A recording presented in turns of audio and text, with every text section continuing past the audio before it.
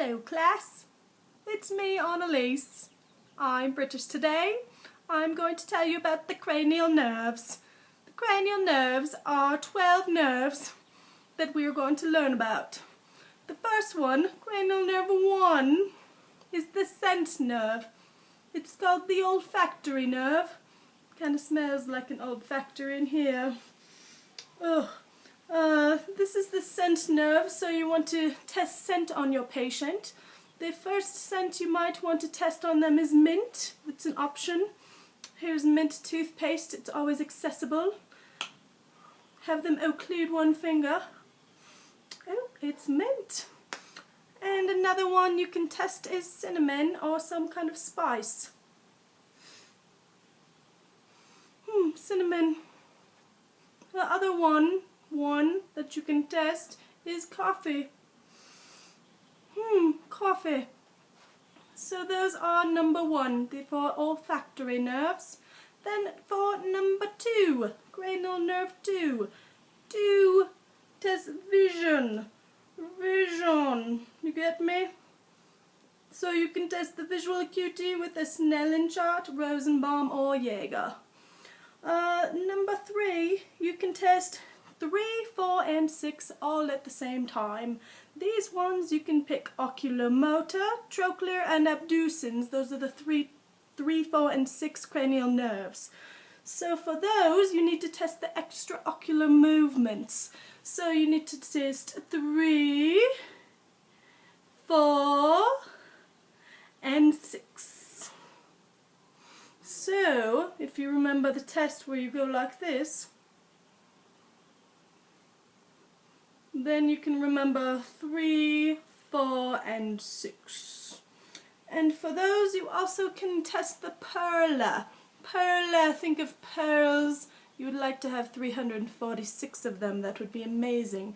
So for perla, that's testing your pupils are equal, round and reactive to light and accommodation. So for the next cranial nerve, that's cranial nerve 5. 5, you think of trigeminal. That is the trigeminal nerve, and you can fit 5 fingers on your face. So 5, you can take a little cotton ball and you can go 1, 2, 3, 4. No, you don't want to go 5 actually. That's how you test the masseter muscle. You need to go like this. Have your patient go like this and you put your fingers up to it and make sure that they feel the masseter muscle when they bite down. So then the next you want to test is cranial nerve 7. That's the facial nerve. So if you think of the 7 C's, then you will think of something that might be in them is possibly a pufferfish in the 7 C's. This is when you might want to go make your patient go like this. And they look just like a pufferfish.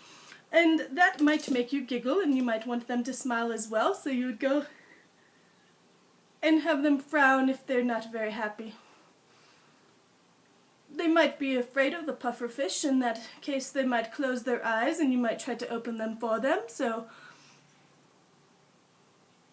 And then another test for that would also be taste.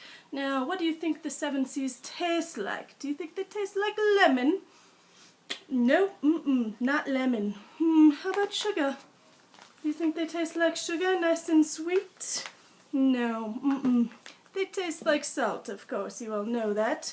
So the 7 C's taste like salt, so the trigeminal nerve 7, or not trigeminal, cranial nerve 7 is the facial nerve, and that you would do the taste as well. Taste as well as the different facial characteristic features where you close your eyes and smile and all that good jazz. And the next one that you might test is the acoustic nerve. That's cranial nerve 8. Cranial nerve 8 is acoustic, which means you're testing their hearing.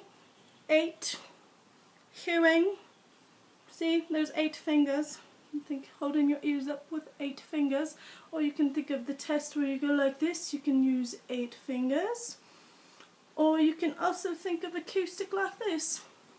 Playing the guitar with all 8 fingers.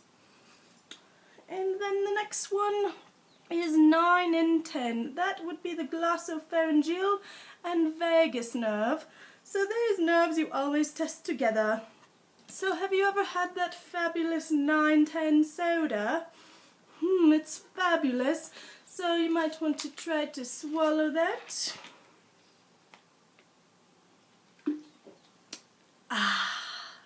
That's also the R test for you. So you need to do the R test, and might be kind of gross too. So might make your patient gag or cough a little bit. So who knows with that 9-10 soda. But those are all the tests for the glossopharyngeal and vagus nerves. Now the next one is cranial nerve 11. See that 11? So you're going to test that by putting your hand up to the face and giving the resistance and trying to push. And then the other one. So that's 11. And also you're going to test their shoulder muscles. Okay, then the next is 12. Now, you've all seen Kiss. They're pretty fantastic.